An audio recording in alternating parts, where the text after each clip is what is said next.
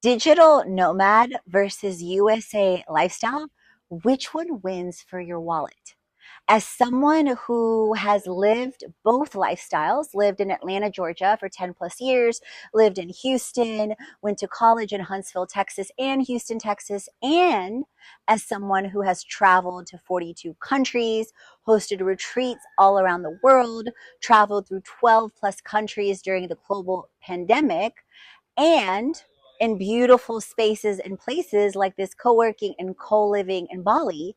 In this video, I am breaking down the real behind the real and sharing the insights into the lifestyle, into the pros and cons, and is it more affordable to live abroad, or does it just look like that on Instagram?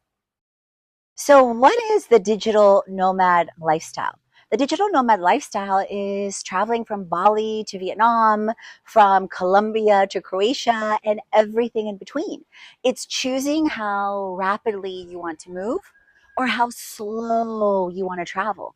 For example, right now I'm in this beautiful space in place, a Sunrise Villas close to Canggu, but in Tabanan.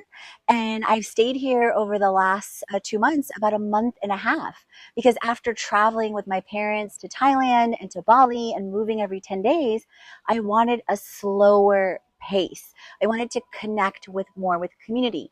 I wanted to be part of local gyms. There's times though that I move more rapidly. It's times that I move more slowly.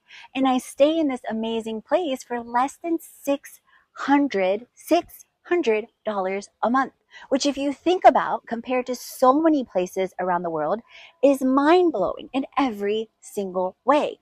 So let's compare, the pros and the cons and the cost of living. So that's an example in Bali. In Vietnam, I stayed in a place for less than 400 a month, which obviously lets your dollar go further, lets you pay off debt, lets you save money, lets you give more, just all of those things. On top of that, even on a cost of living basis. So here, I just gave you some examples of, costs in life as a digital nomad. Food, you can easily live off of less than, 200 to 400 a month, depending on how often you cook, how often you eat out. I also order Herbalife Nutrition all around the world. Now compare that to US. When I lived in Atlanta for the last 10-ish years before traveling full time again from 2022, I was spending just on an efficiency, granted with beautiful amenities, about $1,700 a month. On top of that, gym membership. On top of that, about $600 a month for food. On top of that, about say 200 to 300 for transportation, depending when I took Uber, which is like Grab in Asia, and when I took the train in Atlanta. And then also some of the pros versus cons. If you grew up in the Western world, you're going to be more comfortable and confident with some styles of living, some amenities, some, things we maybe take for granted versus maybe in Asia or in South America or in Central America. It's different. I went months in Central America without warm water. I went months without having the experience of a bathtub. And for me, taking baths is like a love language. So when I first experienced a warm bathtub in Portugal, it was like the skies and the heavens, opened up, and it was like, ah, and all the angels were singing.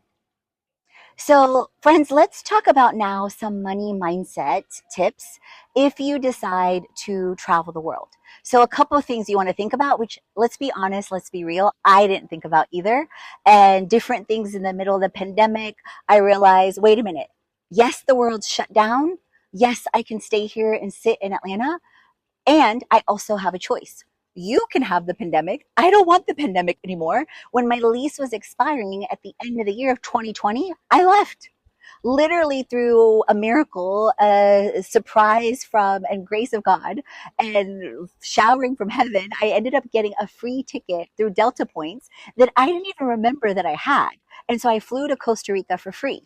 So money mindset and tips.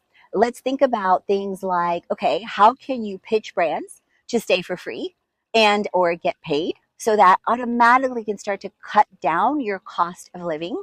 Like I literally just pitched both for paid work and free trade work with Ecuador, which is where I'm headed to next, yesterday, with the help of ChatGPT, my bestie, that you definitely want to check out my video, 100 Ways I Use ChatGPT. Then you want to think about ways and analyze and use how you spend money. Cut out different expenses or subscriptions or things that you're using that you're not going to need anymore. Amazon, Netflix, you're going to have too much fun having adventures around the world. You want to think about your healthcare, things like insurance for travelers, like Safety Wing, that I also include in my creator circle and my 75 tips, tools, and tech that you can find down below. And then beyond that, so let's talk about which one wins for your wallet and which is the best choice for you. So clearly, depending where you travel and how you travel the world, the traveling abroad wins for your wallet. It's not just the algorithm. It's not just what you see on Instagram.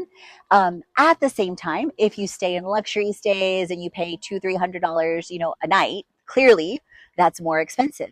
However, with Airbnb and different things, most hosts will discount your stays 30, 40, 50% when you book for the month. That's a pro tip. That's a travel tip. So if your goal is freedom, flexibility, working from places like this, working from outdoor spaces, because I can tell you, as a former corporate executive that used to be almost imprisoned in boardrooms with no windows, repeat meetings because people didn't do their job and get the shit done that they were supposed to, I went and told my boss, I'm unavailable to have the same meeting 2-3 times a week anymore after it happened twice, because these people aren't doing their job and they're adults and they're grown men and women. And so I think because of that experience of 30 plus hours a week in meetings, I'm almost allergic to working inside with no windows. In fact, I prefer to work outside. So if your goal is freedom, flexibility, lower cost of living, like what I shared, then I would say being a digital nomad is speaking to your soul.